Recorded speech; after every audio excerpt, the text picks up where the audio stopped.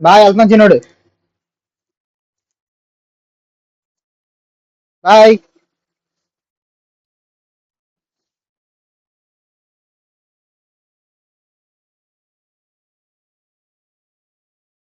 నువ్వు కర్ర పెట్టినావు. ఎక్కడికి వెళ్ళిపోతున్నావు? ఉంటాను, వెళ్ళిపోతున్నాను. బాయ్.